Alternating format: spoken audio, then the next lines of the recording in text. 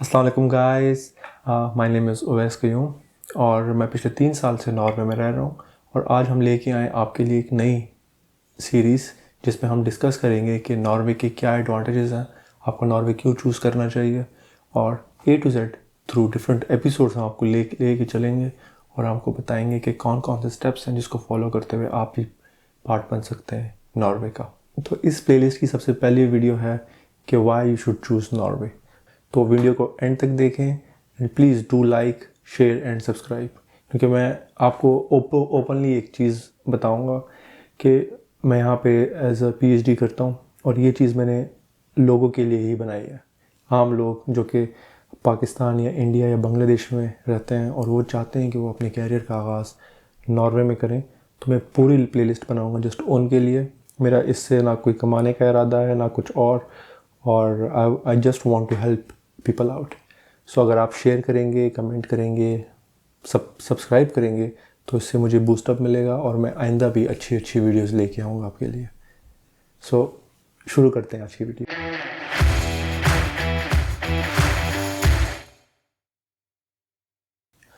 तो जब भी आप कहते हो कि this is the best country और this is the best country, तो उसके लिए कोई स्पेसिफिक क्राइटेरियाज होने चाहिए, राइट। सो मैंने जो अपने लिए कोई एक क्राइटेरिया बनाया था नॉर्वे आने से पहले, और ये 4-5 पॉइंट्स थे। अगर वो पॉइंट्स किसी भी कंट्री में हुए होते तो मैं डेफिनेटली उस कंट्री में जाता, और बहुत कम ही ऐसी कंट्रीज़ थी जिसमें मुझे ये पॉइंट्स मिले थे, जिसमें से एक नॉर्वे भी है। तो वो 5 पॉइंट्स हैं: education, human rights, cultural freedom, life expectancy. तो अगर ये 5 पॉइंट्स किसी भी कंट्री में होते तो मैं डेफिनेटली वहाँ पे मूव करता, और ये 5 पॉइंट्स मुझे मिले हैं नॉर्वे में। अब हम जाएंगे एक एक पॉइंट पे और देखेंगे कि किस बेसिस पे आप नॉर्वे चूज़ कर सकते हो। सो पहला पॉइंट है वेलफेयर सिस्टम। सो नॉर्वे बेसिकली एक वेलफेयर स्टेट है। वेलफेयर स्टेट का मतलब ये होता है कि आप पीपल से टैक्स लेते हो और उन्हीं के टैक्स के बदले में उनको सर्विसेज प्रोवाइड करते हो। तो नॉर्वे में बेसिकली क्या होता है कि वो आपसे काफ़ी ज़्यादा टैक्स लेते हैं। फॉर एग्जाम्पल, जैसे मैं सैलरी लेता हूँ यहाँ पे, तो मुझसे 33% टैक्स लिया जाता है, लेकिन उस 33% टैक्स के एवज मुझे काफ़ी ज़्यादा बेनिफिट्स भी मिलते हैं। तो यहाँ पे इनका मानना ये है कि अगर एक बंदा ज़्यादा टैक्स दे रहा है तो उसके पैसों से किसी और का भला हो जाए। बाद में जब आपको ज़रूरत पड़ती है तो उनके पैसों से फिर आपकी रिक्वायरमेंट्स मीट की जाती हैं। फॉर एग्ज़ाम्पल, नॉर्वे में एक इदारा है जिसे कहते हैं नाव क्या करता है कि अगर आपकी जॉब चली जाती है तो वो तब तक आपको पे करता रहेगा जब तक आपकी दूसरी जॉब ना लगे। नाव आपको पेरेंटल अलाउंस देता है कि अगर आपका बच्चा है, जब तक वो 18 साल का नहीं होता, नाव आपको पेरेंटल अलाउंस देगा उस बच्चे को पालने के लिए, ताकि पेरेंट्स के ऊपर कोई भी बर्डन ना बने। दूसरा पॉइंट जिसकी वजह से आपको नॉर्वे आना चाहिए वो है यहाँ की एजुकेशन। यहाँ पे सिर्फ किंडरगार्टन को आपकी फ़ीस पे करनी होती है, और वो भी अपनी सैलरी का 6% से ज़्यादा नहीं।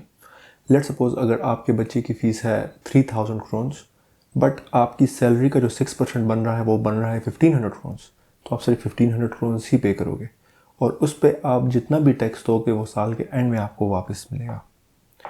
सेकेंड चीज़, क्लास 1 से लेके हायर सेकेंडरी तक आपकी सारी की सारी एजुकेशन फ्री है, और उसमें आप फेल भी नहीं होते।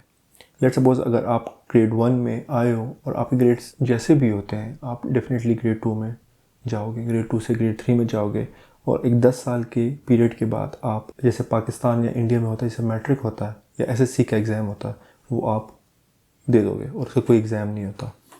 तो 10th ग्रेड करने के बाद फिर आपके पास 2 ऑप्शंस होते हैं, उसमें से आप कोई भी चूज़ कर सकते हो। या तो आप कोई भी वोकेशनल प्रोग्राम कर लो जो कि 3 साल का होता है। लाइक आपने अगर कारपेंटर बनना है, आपने प्लम्बर बनना है, आपने कंस्ट्रक्शन वर्कर बनना है, कोई भी चीज़ जिसमें आपका अपना इंटरेस्ट है, अपने म्यूजिशियन बनना है, तो आप उसमें 3 ईयर्स स्पेंड करते हो, और उसके बाद फिर आप उस फील्ड में एंटर हो जाते हो, जिसमें आपको डिफरेंट किस्म की जॉब्स मिलेंगी, डिफरेंट किस्म की अपॉर्चुनिटीज़ मिलेंगी। दूसरा ऑप्शन आपके पास ये होता है कि आप 3 साल के लिए यूनिवर्सिटी का जो कोर्स है वो करते हो, जिस तरह के हमारे यहाँ हायर एजुकेशन होती है, आप वो करते हो 3 साल में, और उसके बाद फिर आप रेडी हो जाते हो, आप किसी भी यूनिवर्सिटी में एडमिशन के लिए एलिजिबल हो जाते हो। उसके बाद फिर आप यूनिवर्सिटी में एडमिशन लेते हो। सो यहाँ पे अपॉर्चुनिटीज़ सब के लिए हैं। अगर आप जो भी करते हो उसकी रिस्पेक्ट की जाएगी। यहाँ पे एक प्रोफेसर और एक बस ड्राइवर, उनकी सैलरीज ऑलमोस्ट इक्वल है। सो अगर आपकी एजुकेशन अगर फिज़िकल दुनिया में है या एजुकेटिव दुनिया में है या रिसर्च बेस्ड है, कुछ भी है, आपकी सैलरी हमेशा आपके एक्सपीरियंस के बेस्ड के हिसाब से तय होती है। ये नहीं कि अगर आप ज़्यादा बड़ी पोस्ट पे हो तो आपकी सैलरी ज़्यादा होगी, या छोटा काम करते हो तो कम सैलरी होगी। Everyone is equal here. And इसी की वजह से यहाँ पे क्राइम रेट बहुत लो है, कि सारे इक्वल हैं। सबको पता है कि यार ये दूसरा बंदा भी मेरे जितना ही कमाता है, उसको चुराने की क्या ज़रूरत है। यहाँ पे जो बच्चा जब किंडरगार्टन से स्कूल में शिफ्ट होता है तब उसकी एज 6 ईयर्स की होती है। सो आप ये समझ लें कि 90% जो यहाँ पे किड्स हैं वो 6 ईयर्स की एज में इंटर होते हैं फर्स्ट ग्रेड में, और 16 ईयर की एज में वो पास आउट हो जाते हैं 10th ग्रेड से। देन उसके बाद फिर उनके लिए 2 ऑप्शंस होती हैं, जो कि मैंने ऑलरेडी डिस्कस की। उसके अलावा जब आप किसी भी यूनिवर्सिटी में एडमिशन लेते हो तो यहाँ पे यूनिवर्सिटी की फ़ीस कुछ भी नहीं है, ज़ीरो फीस है। मास्टर्स के लिए भी कोई फ़ीस नहीं है और पीएचडी के लिए भी कोई फ़ीस नहीं है। सारी एजुकेशन यहाँ पे फ्री है। बट जब आप बैचलर लेवल की या मास्टर लेवल के लिए अगर आप यहाँ पे एडमिशन लेते हो किसी भी यूनिवर्सिटी में, और आप गवर्नमेंट लोन के लिए अप्लाई करते हो, तो गवर्नमेंट आपको लोन देती है।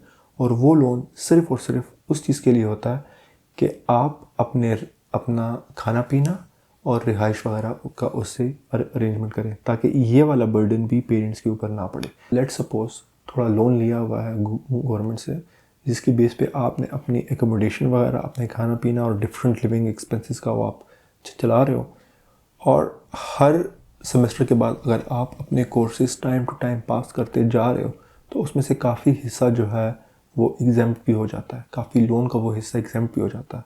और एंड पे अगर आप अपने टाइम पे पूरी डिग्री फिनिश करते हो तो आपको पूरे लोन का आई थिंक 50% है या 60% वो वापस करना होता है, और उसके अलावा आपके लिए माफ़ हो जाता है। अब वो लोन आप कैसे वापस करते हो?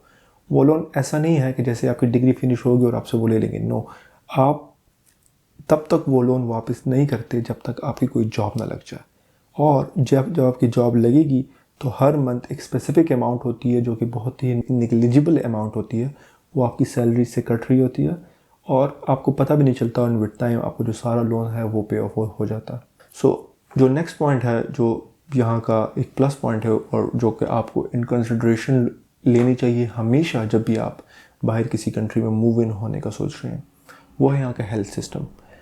अगर आप यूएस जाते हैं तो वहाँ का हेल्थ सिस्टम बहुत एक्सपेंसिव है। वहाँ की हेल्थ इंश्योरेंस बहुत एक्सपेंसिव है।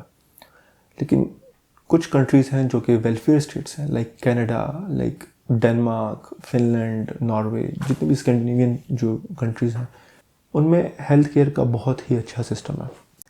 फॉर एग्ज़ाम्पल, जैसे ही आप किसी भी दूसरे कंट्री से, लाइक पाकिस्तान से, इंडिया से, किसी भी मुल्क से अगर आप जब नॉर्वे लैंड करते हो और आपको यहाँ का टैक्स कार्ड मिल जाता है, तो उसके बाद आपको एक डॉक्टर असाइन होता है। वो आपका एक एज ए फैमिली डॉक्टर होता है, और जब भी आपको कोई भी इशू होता है आप सिर्फ उसी डॉक्टर से जाके कंसल्टेशन करते हो। फॉर एग्जांपल, अगर आपके पेट में दर्द है या सर में दर्द है या कोई भी इशू है, आप उस डॉक्टर के पास सिंपली जाते हो, उससे पहले अपॉइंटमेंट लेते हो, उसके बाद जाते हो, उससे अपना मसला डिस्कस करते हो। फिर वो देखता है अगर आपका मसला वाकई में काफ़ी सीरियस है या कुछ भी ऐसा है, तो वो आपको रेफ़र कर देता है किसी भी गवर्नमेंट हॉस्पिटल में, तो वो आपको किसी भी स्पेशलिस्ट के पास भेज देता है। जब वो आपको स्पेशलिस्ट के पास भेजता है तो उसकी एक स्पेसिफिक फ़ीस होगी डेफिनेटली। तो जब भी आप यहाँ पे अपने जीपी या जनरल पीडियाट्रिशियन या सिंपल अल्फाज में अपने डॉक्टर के पास जब आप यहाँ पे जाते हो तो आपको एक स्पेसिफिक फ़ीस देनी पड़ती है। वो फ़ीस नॉर्मली 300 करोड़ के अराउंड होती है। किसी केस में 300, कभी 350, कुछ भी हो, कितनी भी हो सकती है, लेकिन इससे ज़्यादा नहीं होती। तो वो फ़ीस आप पे करते हो, और एक साल में जनवरी से लेकर दिसंबर में, लेट से अगर आप जून तक आपने 4-5 विज़िट्स किए हैं और आपने तब तक 2900 करोड़ पे कर चुके होते हो, तो उसके बाद आपका जितना भी इलाज होगा वो सारा का सारा फ्री होगा। दिस मीन्स कि आपको एक पूरे कैलेंडर ईयर में 2900 करोड़ तक पे करना है, और उसके बाद जितना भी इलाज होगा वो आपका फ्री होगा। लेकिन इसमें बच्चे एग्जम्प्ट हैं। हर वो इंडिविजुअल जिसकी उम्र 18 साल या उससे कम है, उसके लिए health completely free of charge है। एक चीज़ का आप ख्याल रखिएगा कि यहाँ पे डेंटिस्ट फ्री नहीं है और उसकी कॉस्ट काफ़ी ज़्यादा हाई है। उसके अलावा ऑलमोस्ट हर एक चीज़ जो है वो हॉस्पिटल में कवर हो जाती है। हेल्थ एक बहुत ही जनरल और एक बहुत ही वास्ट टॉपिक है और इसके बारे में हम आइंदा आने वाली वीडियोज़ में डिटेल में डिस्कस करेंगे कि कैसे हेल्थ वो काम करता है, कैसे आप एक अपॉइंटमेंट ले सकते हो, कैसे आप अपने जीपी को चेंज कर सकते हो, वगैरह वगैरह। तो इसके बारे में हम आइंदा आने वाली वीडियोज़ में डिटेल में बात करेंगे। नेक्स्ट पॉइंट जो ऑब्वियस सी बात है, जब भी आप किसी कंट्री से आते हो तो आप सैलरीज को देखते हो, अदरवाइज़ कोई क्यों अपनी कंट्री को छोड़ेगा। सो नॉर्वे में जो सैलरीज हैं वो इंतहाई कम्पिटिटिव हैं और नॉर्वे में जब आप रह रहे होते हो तो आपको फील होता है कि यार everything is extremely expensive and yes everything is very expensive, but when you move out from Norway और आप किसी दूसरे कंट्री में जाते हो एज ए टूरिस्ट या घूमने फिरने या अपनी कंट्री वापस जाते हो तो आपको नॉर्वे से बाहर हर एक कंट्री सस्ती दिखती है। नॉर्वे में जो सैलरीज हैं वो बहुत कॉम्पिटिटिव है और यहाँ के लॉ के मुताबिक आपको मिनिमम सैलरी जो मिलती है वो पर आवर के हिसाब से 155 क्रोन्स मिलती है, which is equal to 15 euros. And इसी की बेसिस पे आपके जो टैक्सेस हैं वो डिफ़ाइन होते हैं। फॉर एग्ज़ाम्पल अगर एक बंदा है वो 155 क्रोन्स पर आवर ले रहा है तो शायद उसकी इसका जो टैक्स है वो 17% होगा, बट जो बंदा 250 क्रोन्स पर आवर ले रहा है उसका टैक्स ज़्यादा होगा, जिसकी वजह से जो एंड सैलरी मिलती है आपको, जो नेट सैलरी मिलती है उसमें इतना ज़्यादा डिफरेंस नहीं होता एंड वो एक खुशहाल ज़िंदगी गुजारता है। उसके अलावा यहाँ पे अगर आप गवर्नमेंट एम्प्लॉय हैं या अगर प्राइवेट एम्प्लॉय हैं और अगर आप 62 की एज तक पहुँच जाते हैं उसके बाद आपको पेंशन मिलेगी। सो आपको ना अपने हेल्थ की टेंशन होती है, ना अपने घर की टेंशन होती है और ना ही किसी और, ना अपने बच्चों की एजुकेशन या अपनी एजुकेशन की टेंशन होती है। सो बेसिकली जो सैलरी आप लेते हो वो आप अपने ऊपर खर्च कर सकते हो और एट दी एंड जब आप रिटायर होते हो 62 ईयर्स की एज में, वो आपकी मर्ज़ी है, आप 62 में होते हो या 70 में होते हो, इट्स अप टू यू, तो आपको पेंशन भी मिलता है इरिस्पेक्टिव कि आप प्राइवेट एम्प्लॉय हैं या पब्लिक एम्प्लॉय हैं। सो सैलरीज का जो टॉपिक है वो काफ़ी ज़्यादा एक्सपेंडेबल टॉपिक है। इसमें काफ़ी ज़्यादा पॉइंट्स आते हैं, डिफरेंट पे ग्रेड्स आते हैं, इसमें हर ईयर आपको फेरियर पेंगर मिलता है, आपको सैलरी में कुछ इंक्रीमेंट्स मिलते हैं। इसके बारे में हम डिटेल से डिस्कस करेंगे आइंदा आने वाली वीडियोस में। ओके, सो नेक्स्ट पॉइंट जो हमारा है वो है सिक्योरिटी। सो नॉर्वे एक बहुत ही सिक्योर कंट्री है। यहाँ पे सारे इक्वल हैं और हर एक को सेम ही लॉ के थ्रू ट्रीट किया जाता है। अगर आप कोई भी क्राइम करते हो उसमें कोई भी एक्सेप्शंस नहीं है। मैं आपको एक छोटी सी अपनी स्टोरी सुनाता हूँ। जब मैंने यहाँ पे नया नया ड्राइविंग लाइसेंस लिया था लास्ट ईयर, और उसके बारे में आपको एक नई वीडियो बनाऊंगा, मैं आपको पूरी स्टोरी बताऊंगा कि ड्राइविंग लाइसेंस आप कैसे ले सकते हो यहाँ पे।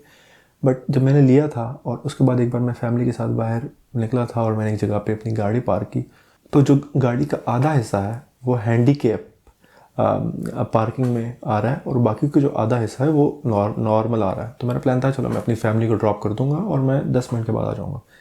10 मिनट के बाद मैं आया तो मेरे गाड़ी के ऊपर एक नोटिस लगा हुआ था, 950 क्रोन्स का फ़ाइन हो चुका था। मैंने उसके बाद उनको कॉल भी की, भी किया, लेकिन उन्होंने कहा भाई आपने लॉ तोड़ा है और आपको एक फ़ाइन भरना पड़ेगा। और यहाँ पे यह है कि आपको अगर फ़ाइन मिलता है और उसकी डेडलाइन होती है, अगर आपने डेडलाइन पे वो फ़ाइन ना पे किया तो फिर उसके बाद हर दिन के हिसाब से एक स्पेसिफिक अमाउंट है जो आपको ऐड होती जाती है और आपको पे करना है। इस तरह यहाँ पे नहीं हो सकता कि आप किसी को पैसे खिला दो और कहो कि नहीं मैंने नहीं पे करना, आपको पे करना पड़ता है। तो इस लिहाज से मैं समझता हूँ कि यहाँ का लॉ बहुत स्ट्रॉन्ग है। और जब वो एक छोटी सी चीज़ पे आपका 950 क्रोन्स का जुर्माना करते हैं, which is almost equal to 22,000 Pakistani rupees, तो नेक्स्ट टाइम आप बहुत ही संभल के एक चीज़ करते हो। उसके बाद फिर आप जब गाड़ी पार्क करते हो तो आप 100 बार सोचते हो कि कहीं सही जगह पे पार्क किया है या कहीं गलत जगह पे तो पार्क नहीं किया। बार बार गूगल भी खोलते हो, डिफरेंट चीज़ें करते हो, अब देखते हो, कंफर्म करते हो कि मैंने सही जगह पार्क किया नहीं। तो उसकी वजह से यहाँ पे क्राइम रेट बहुत ज़्यादा कम हो जाते हैं। अगर आप यहाँ पे बाहर अपनी कोई भी चीज़ रख लेते हैं और आप एक हफ्ते के बाद भी आएंगे तो वो चीज़ वहीं की वहीं पड़ी होगी, कोई उसको टच भी नहीं करेगा। ये एक छोटी सी दूसरी स्टोरी है जो कि लॉ के बारे में है कि यहाँ पे सेंटर है जो कि सिटी सेंटर होता है, वहाँ पे एक बार एक परिंदा था और वो ऊपर अपने नेस्ट से नीचे गिर गया था। तो थोड़ी देर के बाद वहाँ पे पुलिस आ गई, उन्होंने वो पूरा का पूरा एरिया खाली करवा दिया था, बैरिकेड्स लगा दिए थे दोनों तरफ कि यहाँ पे कोई भी बंदा नहीं जाएगा, बिकॉज ये छोटा बच्चा है, ये घोंसले से नीचे गिर गया है और दे वर हेल्पिंग देम आउट कि किस तरह वो उसको उठा के ऊपर घोंसले में रखते हैं उस परिंदे को। तो जिस कंट्री में या जिस नेशन में, जिस सोसाइटी में एनिमल्स की इतनी ज़्यादा केयर हो और उनकी लाइफ भी इतनी ज़्यादा प्रोटेक्टेड हो, तो आप जस्ट इमेजिन करें वहाँ पे इंसानों की लाइफ कितनी ज़्यादा प्रोटेक्टेड होगी। यहाँ पे जो लॉ एंड रेगुलेशंस है, इसी की बेसिस पे ही जो नॉर्वे का पासपोर्ट है उसकी रैंकिंग फोर्थ है इन द वर्ल्ड, जिसकी बेस पे आप 110 कंट्रीज़ पे बिना किसी वीज़ा के ट्रैवल कर सकते हो। इसके अलावा जो दूसरा पॉइंट है, अगर आपको नॉर्वे मूव होना है तो वो है यहाँ का नेचर। अगर आप नेचर लविंग पर्सन हो तो Norway is for you. Like basically मैं और मेरी जो फैमिली है वो नेचर लविंग पीपल हैं। तो ये हमें ऐसी जगह चाहिए थी जहाँ पे सुकून हो, जहाँ पे शोर शराबा ना हो और जहाँ पे आप रह सको। तो नॉर्वे आप जहाँ भी जाओगे आपको साफ़ पानी मिलेगा, आप टैप वाटर से पानी पी सकते हो, आप कहीं से भी पानी पी सकते हो, आपको जो ऑक्सीजन लेवल है वो बहुत अच्छा मिलेगा, आपको हर जगह हरियाली मिलेगी समर में। इस वक्त मैं आपको बताऊं, जो मेरा ये जो घर है, जहाँ जिस रूम में मैं रिकॉर्डिंग कर रहा हूँ, इसके बिल्कुल पास में मेन रोड गुजरता है। आप देखें कि आपको अभी तक कोई भी हॉर्न की आवाज़ या कोई भी शोर शराबा आपको नहीं सुनाई दिया गया होगा। सो यहाँ पे अगर आप रहते हो तो आपको ये पीसफुल, काम और फुल ऑफ नेचर लाइफ मिलेगी। लास्ट पॉइंट जो अभी हम डिस्कस करने जा रहे हैं, जिसकी वजह से आपको नॉर्वे चूज़ करना चाहिए, वो है कि यहाँ की पॉपुलेशन इंग्लिश बहुत अच्छे से बोलती है। ज़्यादातर लोग या ज़्यादातर स्टूडेंट्स या जॉब सीकर्स जब इंडिया और पाकिस्तान या बांग्लादेश इन कंट्री से अप्लाई कर रहे होते हैं तो उनके माइंड में होता है कि हम यूके, ऑस्ट्रेलिया, कनाडा या ऐसी कंट्रीज़ में अप्लाई करें जहाँ पे इंग्लिश स्पीकिंग पॉपुलेशन हो, ताकि उनको बाद में मुश्किलात ना हो। जैसे कि आप जर्मनी जाते हैं तो वहाँ पे इंग्लिश बोलने वाले बहुत कम होंगे। जब आप नॉर्वे आते हो तो यहाँ पे इंग्लिश इनकी सेकंड लैंग्वेज है और हर एक बंदा बहुत अच्छे से इंग्लिश बोलता है और इसलिए आपको कम्युनिकेशन गैप फील ही नहीं होता। हैंस उसी की बेसिस पे ही यहाँ पे जो जॉब अपॉर्चुनिटीज़ है, part time job opportunities for students, वो कंपेरेटिवली हाई है अगर आप कंपेयर करो बाकी यूरोपियन कंट्रीज़ के साथ। जॉब्स और पार्ट टाइम जॉब्स के बारे में भी हम आगे आने वाली वीडियोस में डिटेल से डिस्कस करेंगे। सो मेरे अपने एक्सपीरियंस से ये कुछ पॉइंट्स थे जो मैंने आपके साथ आज डिस्कस किए हैं।